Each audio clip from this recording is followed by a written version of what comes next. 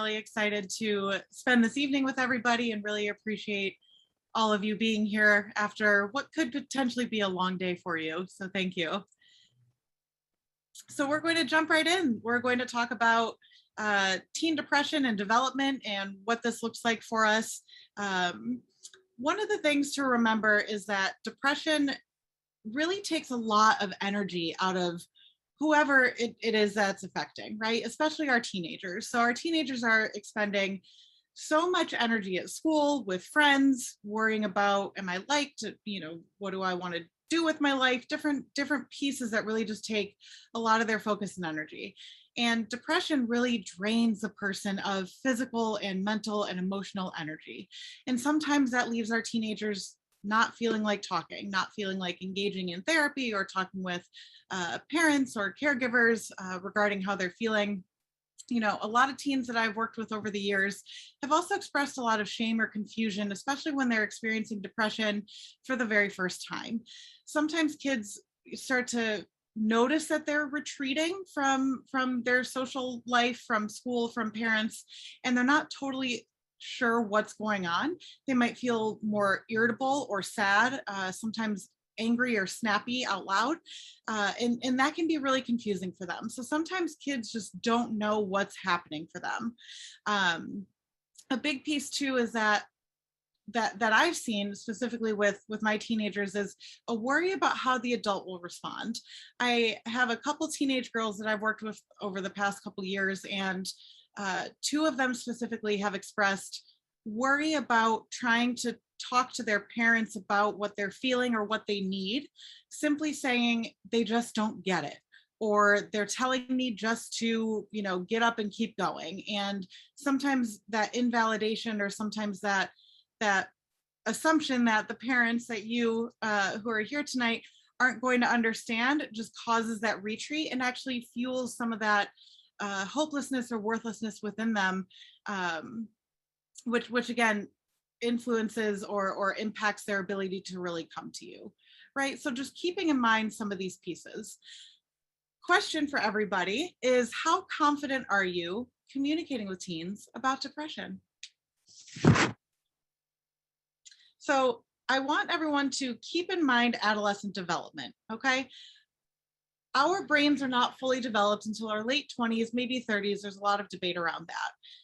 Keeping that in mind with your teenagers, okay? You remember, if you take a moment, you can probably remember what it's like to be a teenager, and remembering that, certain things in that moment of distress or upset or frustration or stress, it feels like the world is coming to an end, or maybe it's difficult to see beyond a certain amount of time, right? This is because the brain is still in development, especially noting the difference between maybe a 12 or 13-year-old and an 18 or 19-year-old. Maturity levels are different. Their ability to problem solve or think critically is very different. And their ability to communicate or verbalize what they're experiencing is different. So if you can keep that in mind and recognize that teenagers are in this weird limbo state of, I'm learning about myself, I'm learning what I want in the world, I'm learning how things are affecting me. Maybe I can't communicate it, maybe I can't keep it in mind or kind of put the puzzle pieces together, okay? Keeping that in mind, we cannot talk to teenagers the same way that adults might talk to each other.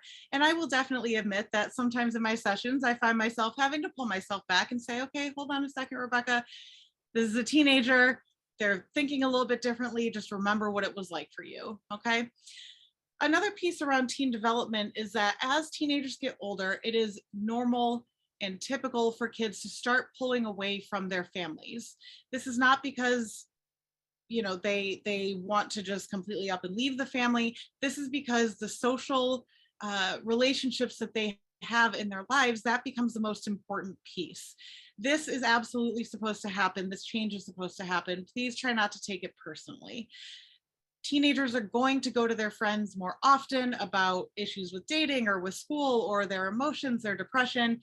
I can't tell you the amount of times I've had a teenager in my office tell me that, well, I don't talk to my parents about this, but all of my friends know about this. Again, this is normal. So being able to understand that, again, reminding yourself, maybe grounding yourself in the moment, if you start to feel really upset that maybe your older teen isn't confiding in you anymore, but they are confiding in their friends, taking a moment to ground yourself and remind yourself, this is not about me. This is about their development. This is what they're supposed to do because they're creating their own identity, their own persona as they go off into the world. So jumping into communication. So first couple things, strategies for effective communication. Tone and affect being number one. And as a side note, all of these strategies, take them for any relationship that you're in, not just with your teenager. So what we mean by tone and affect is your emotional expression and maybe the look on your face or what happens when you're feeling a certain emotion, how that changes how you appear outwardly.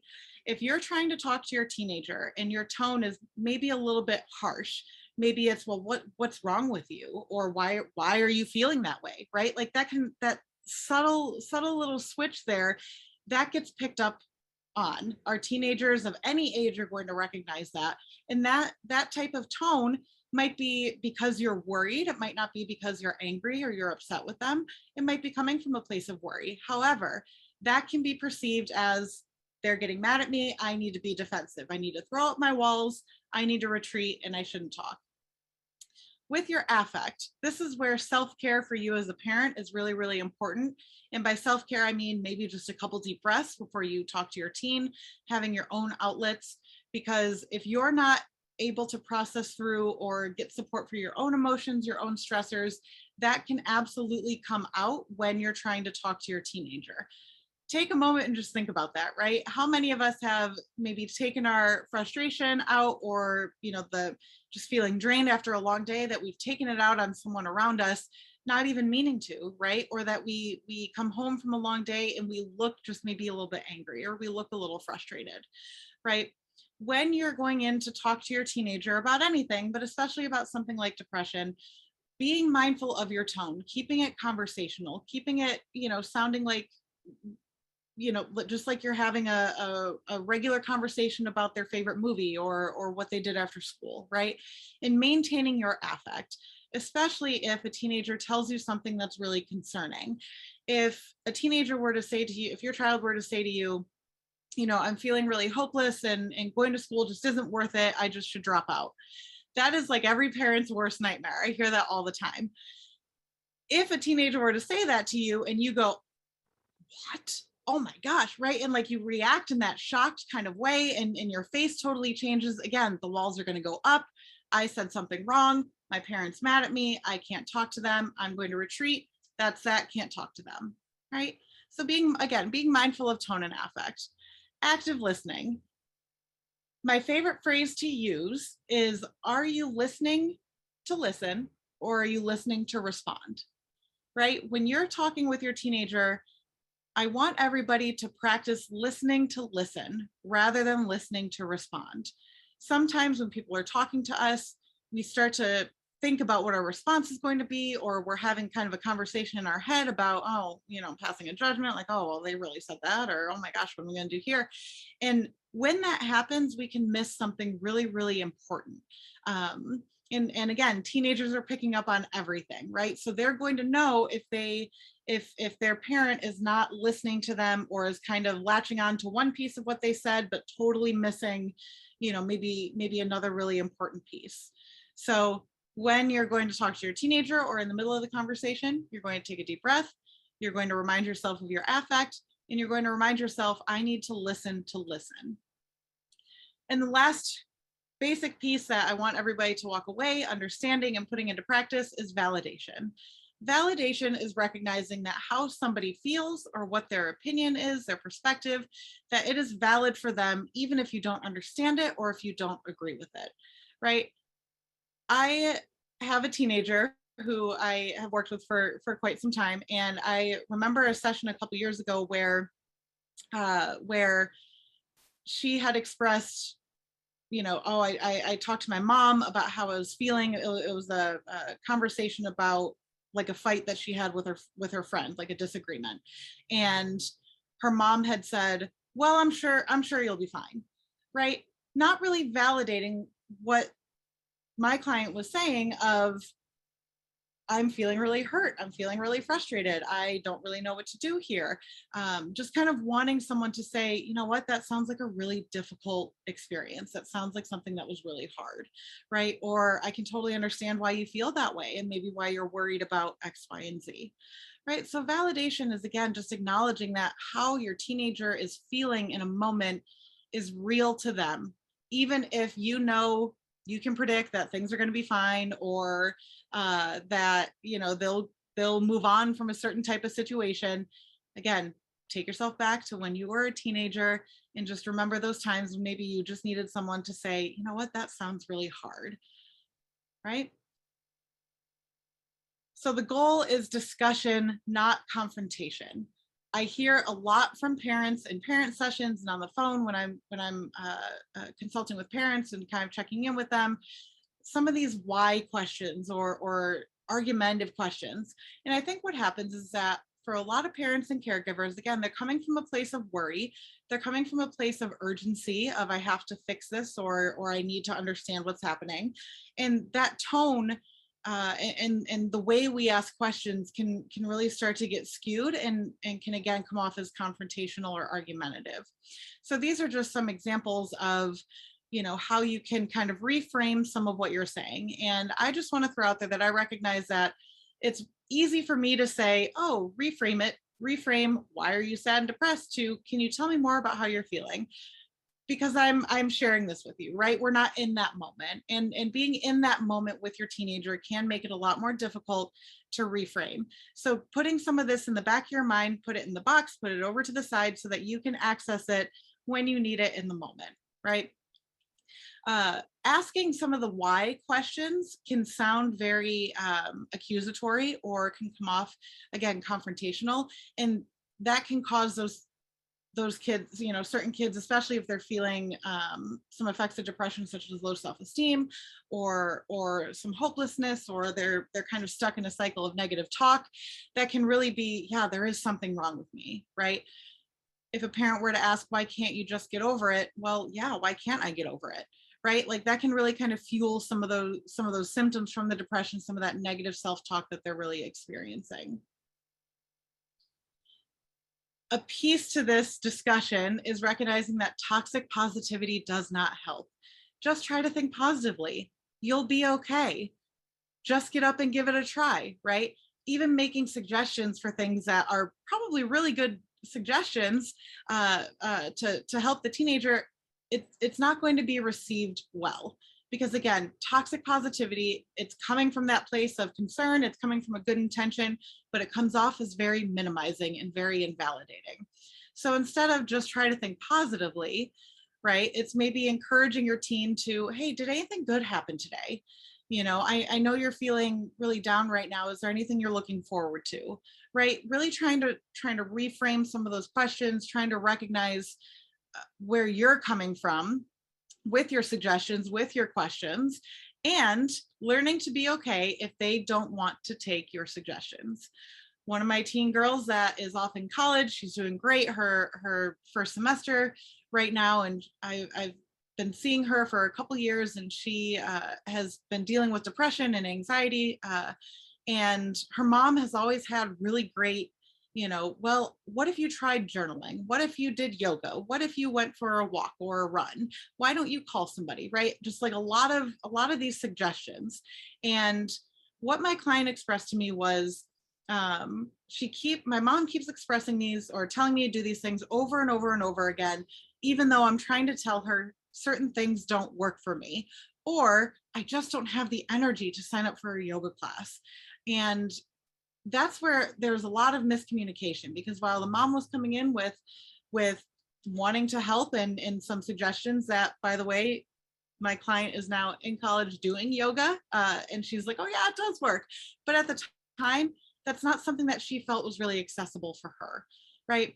So if you have certain suggestions, if you have ideas, or if you want to point out things like, oh, well, it's really good to get outside and walk when you're feeling depressed, being able to frame it in a way of, hey, I know what works for me when I'm feeling down, or, I've heard that certain things can really be helpful for someone when they're feeling depressed. Do you want to hear them? Can I suggest them to you? And if your teenager says no, Don't take it personally. That is totally okay. Because then you're leaving it with them of, I have these suggestions. And at some point, your teen might come back to you and say, okay, what do you know? What would be a good idea? Or I just don't know what to do. Right. So think about it like you're planting seeds for them to let kind of fester and grow on their own. So here's another poll for you. Which statement below is an example of toxic positivity? When it comes to communicating with our teenagers, sometimes verbalizing it is really, really hard. It can be difficult for someone to be able to say, hey, mom, hey, dad, this is how I'm feeling. I am feeling this. I feel worthless, or I don't like myself, or I feel like I just want to fall asleep and not wake up for days at a time. Being able to actually verbalize that is really, really difficult for a lot of people. And it can be especially difficult for teenagers who are dealing with depression. I like to encourage folks to be open to other ideas or other ways to communicate. It is totally okay if you text your teen, hey, how are you feeling today? Is there anything you need? Do you want to talk about anything? Right? And letting them text you back, right? An argument that I hear all the time is, well, kids spend too much time on their phones and they need to be able to talk in person. And yes, there's some validity to that. And when a teen is deep in a depressive state, again, verbalizing it takes a lot of mental energy. And if they're dealing with some of that shame or some of that embarrassment about how they're feeling, it's going to be really hard for them to actually look you in the face, make eye contact, and say, this is what's going on. Along with using text, sending emails, or even writing notes or sharing a journal. I've had parents and families in the past keep a journal where the teen starts off and kind of writes, a little something and then leaves it for the parent. And then the parent writes something back and then leaves it for the teen, and just kind of like back and forth. And there doesn't have to be a rush to it. This can happen at whatever kind of pace, especially letting your child, maintain the pace of how much they want to share or when they want to share things. And taking the pressure off of that in-person verbal communication really can help teens open up a lot. And this is all an example of being able to meet your child where they're at.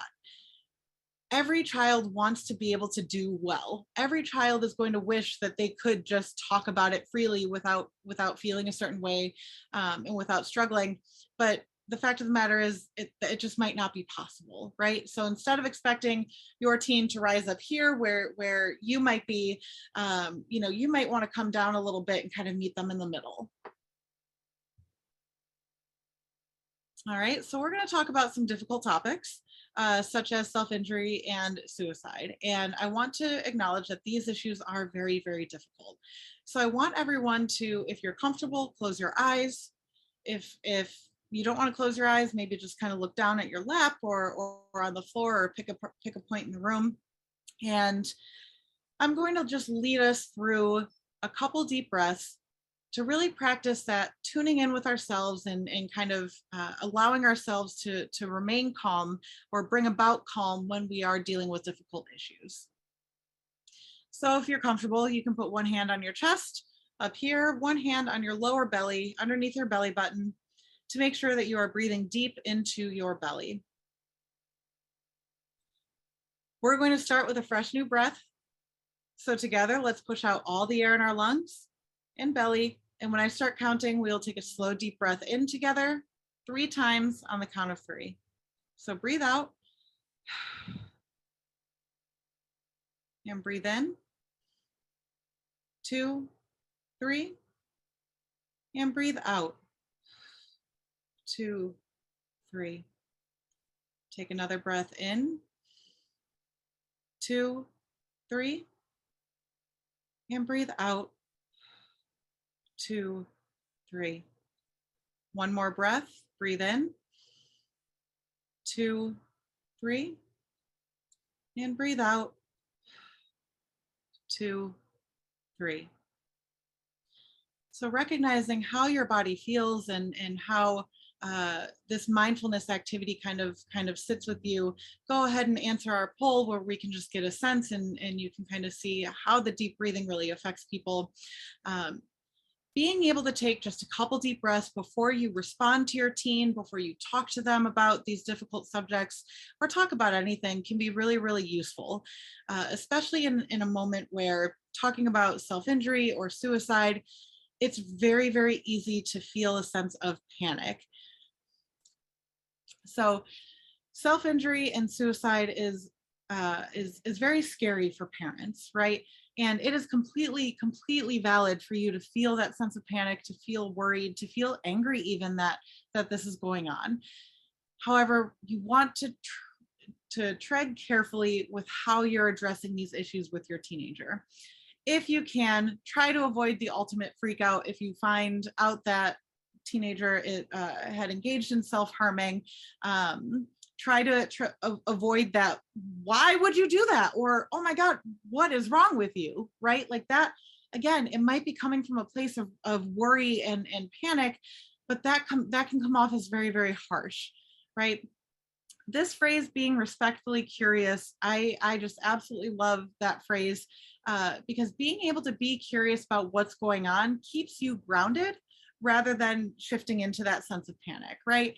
And it allows you to be able to ask certain questions or address things in a much more effective and caring manner, right? So being curious about, well, can you tell me a little bit more about what happened? Or can you tell me what you were feeling when you were, kind of leading up to this event? Another important piece is that we want you all to keep in mind is that when addressing self-harm and suicidality with teenagers, it is much better to be direct, right? Instead of kind of beating around the bush, being able to actually ask, well, are you feeling suicidal? Do you have a plan? Do you have intent to take your own life? Do you have urges to self-harm? Have you self-harmed? There is a myth out there that says asking somebody about suicide, if they're feeling suicidal, is going to give them the idea, and that is completely incorrect. Think about safety, right? We want to make sure that all of our teenagers are safe, and if we're kind of, dancing around the issue, then we're potentially missing something that speaks to their safety, right? Or we might be kind of prolonging or delaying getting our teenager help. Okay. Another important piece is letting your teen define a crisis. Okay. A crisis is an emotional event that kind of overwhelms a person, that kind of interrupts their way of coping and of dealing with something. And the thing is that teenagers are going to have very different issues than adults do. They're going to see things and rate it maybe at like a 10 on the crisis scale, when maybe you as an adult would rate it more like a 3, more like a 4, right? Let your teenager define what a crisis is, okay? Again, to make sure that you are validating them, that you're acknowledging, yes, this thing that is happening is really important to you. It's very real to you. And I'm here with you in that. Okay. It goes back to development. It goes back to where the teenage brain is. It goes back to how important social experiences are for the teenagers. So again, let your teen define what that crisis might be and what they might need in that crisis. These are some great crisis resources that we want to make sure everybody has. There's, of course, a suicide prevention lifeline that is a national hotline that anybody of any age can call. There's also the crisis text line, which is available for anybody to use just by texting START to 741-741. The great thing about the text line is that it is not only a suicide prevention or a suicide hotline, it is for any type of emotional crisis. So if a teenager is going through a really difficult time with a friend, or if you and your teen just had an argument and they need someone who is a third party, who is unbiased to really talk to and kind of help coach them through, that's a really great resource. The Trevor Project that has their own suicide hotline specifically for youth who are LGBTQ, either by phone, by text, or an online chat. The Trans Lifeline is a great resource as well for individuals in crisis and for their caregivers. And then, of course, the Not Okay app was actually developed by teenagers for teenagers. This is something that connects a teenager with a trusted adult could be a therapist or a parent. And if they are in crisis, they just press one button and that immediately sends a message to their trusted adult who's connected saying, I need help, I need some assistance here. So having these resources, having access to these, maybe take a screenshot, print this out, or write them down and stick them up on the refrigerator, or give them to your teenager to say, hey, just FYI, here are some options for you if you ever need them. Let's talk about building trust and honoring boundaries. Trust is the firm belief in the reliability and dependability of someone, and boundaries are limitations set in a relationship that describe acceptable behaviors or actions, okay? These are so important for effective communication with anybody in your life, but especially with your teenagers. So part of trust and boundaries with teenagers is going to be honoring the need for space. Your teen might say to you, I don't want to talk about this, or can you leave me alone? Even if they're yelling it at you, I know that that's really frustrating, but just recognize that if they're expressing that they need space, they are setting a boundary, okay? If you start arguing back, or if you start invading that space, your teen is kind of going to go into survival mode where maybe they're not feeling a felt sense of safety. They're going to become argumentative right back at you. And that's really not going to help facilitate any kind of conversation. Again, it's about discussion, not confrontation, okay? Another piece about trust and about boundaries is look to them to teach you, right? Let them express to you or explain to you how they feel, how they experience the world, how they're feeling, trying not to force your own perspective, your own ideas, your own, well, if you just did this, you wouldn't feel that, right? If by not acknowledging some of those boundaries or giving your teenagers some space to talk, that's going to take away from their ability to trust you. And maybe they're going to be left feeling like, well, every time I try to talk to my parents, they talk about somebody else, or they try to push some belief on me or something like that. They're not reliable to me. Again, the definition of trust is that firm belief in the reliability of someone, right? So by being consistent, by being reliable, by honoring any kind of boundaries that your teenager might be setting, that is how you're going to best be able to facilitate conversation and hold that validating space for them.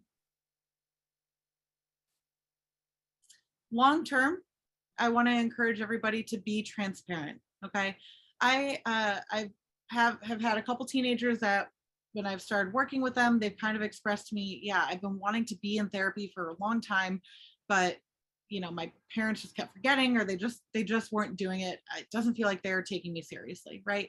And when I would follow up with the parents, just generally speaking, not to confront them on that, but just to kind of talk about, why therapy, why now, what have you noticed is going on? And the parents that I've worked with have acknowledged, like, yeah, maybe we should have done this sooner. They asked for it, but then, they seemed okay after that. So I didn't end up looking for somebody.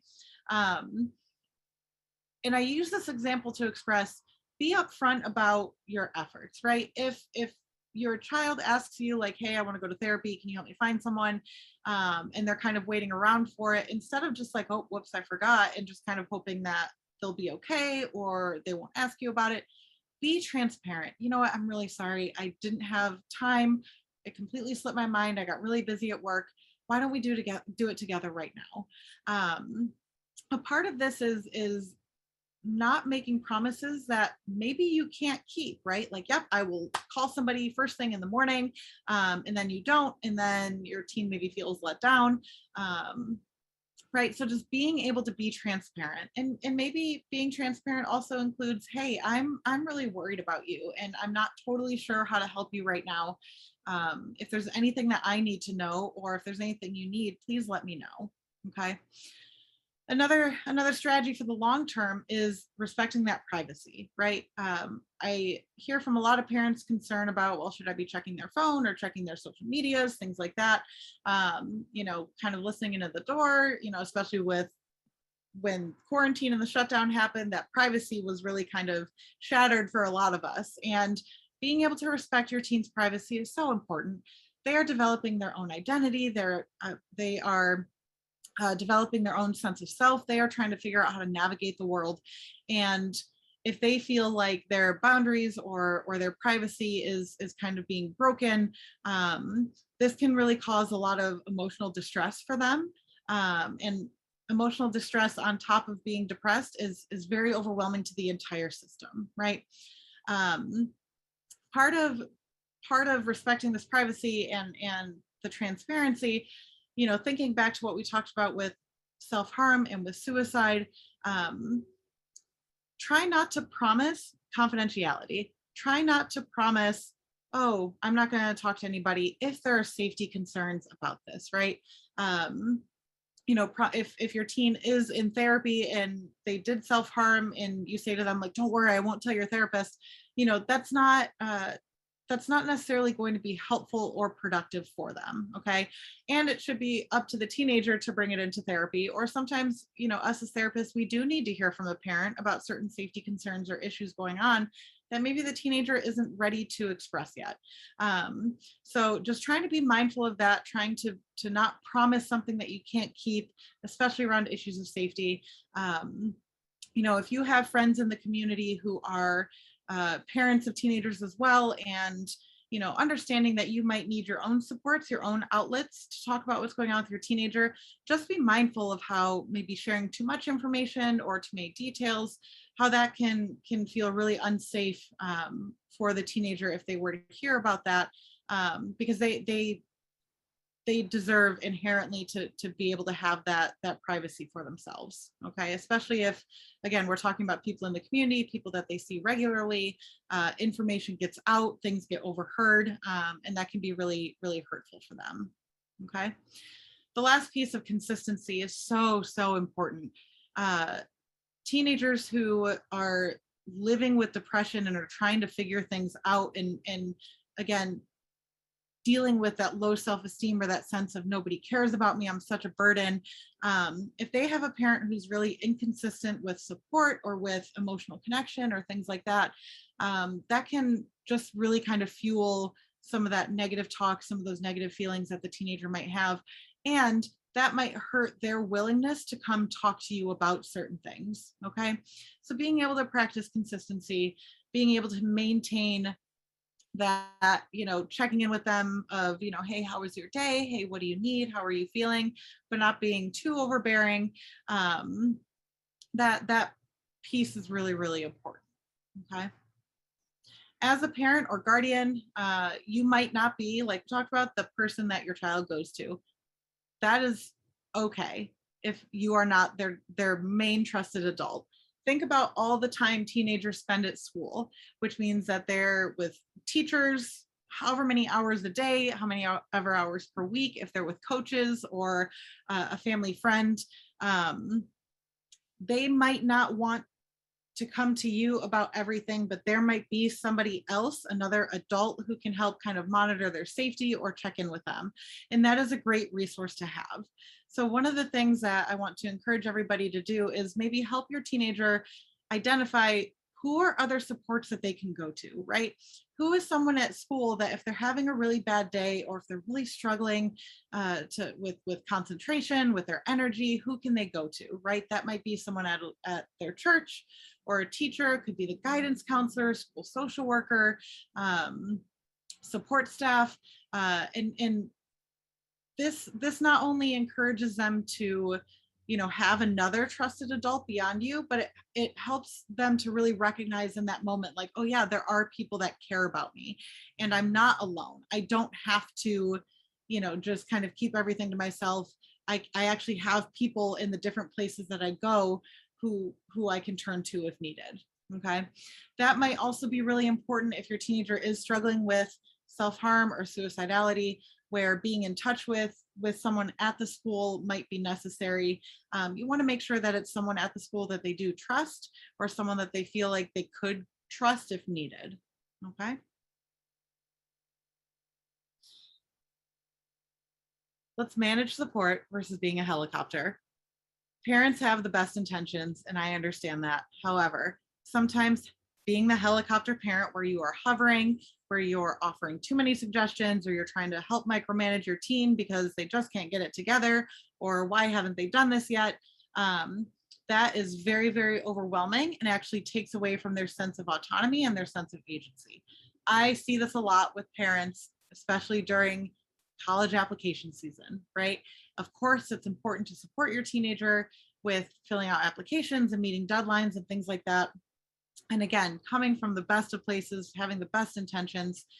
However, if your teenager is living with depression, being mindful of that, where maybe the constant reminders or things like that, it's just reminding them that they're useless, that they're worthless, that they're stupid, that they're all of these things, right? It feels like added pressure being pushed upon them. And when you're living with depression, that can be really, really difficult to manage, okay? Setting realistic expectations for yourself, right? You can't take away their pain. You can't change how they feel. You can only offer them so much or be there for them in certain ways, right? You have limitations. Just like your teen, setting realistic expectations for them, right? Based on how they're feeling, maybe based on what they need, okay? Being able to work with them, having an open dialogue, even if they're not talking to you, if you're having a hard time getting more than a one-word answer or an I don't know, okay? Take that as a, you know what, maybe they need some space, maybe they need to kind of think about how they want to talk about things, or they're just not ready yet. If you start hovering too much, you're going to push them away, okay? Work with them, not for them, right? Don't try to, again, fix everything. Don't try to do the work for them, but try to be there as a support, being able to say, you know what, you might not want to talk about this right now. I'm here when you're ready.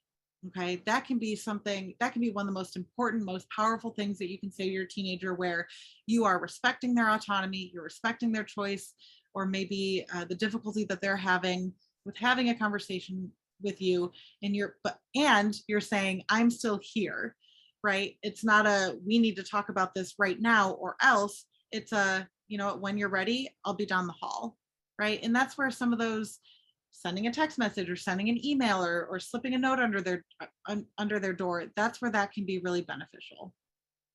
Okay.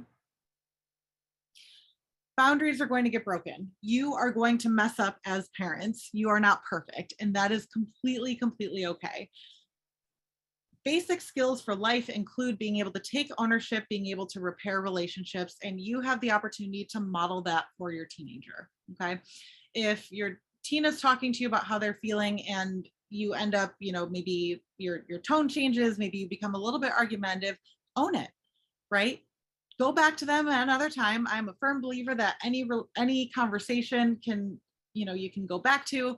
It's never too late to bring something back up. You know, go back to them and say, you know what, I recognize that what I said or how I said it maybe wasn't helpful or was hurtful for you. Can we talk about this? Right? Again, recognizing that they might say, no, I don't want to talk about it. And that's okay. The important piece is that you owned the mistake that you made. You owned the fact that maybe you yelled at them, maybe you engaged in some toxic positivity, and you recognize that that was hurtful for them. Being able to apologize genuinely. Apologizing is so difficult for people because, again, that goes back to being able to own it. That requires us to kind of hold a mirror up to ourselves and be like, wow, I really hurt this person or I really upset them, right? However, being able to do that is such an important skill, and it's such an important thing for teenagers to see that you care about their experience, you care about how something impacted them, and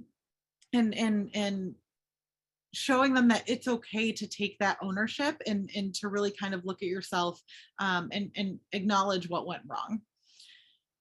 Another great tip is to offer forgiveness, right? I know you didn't mean to lash out, not holding a grudge, I still love you. Or if a teenager slams their door because you said, hey, how are you feeling? Hey, I want to talk to you about X, Y, and Z.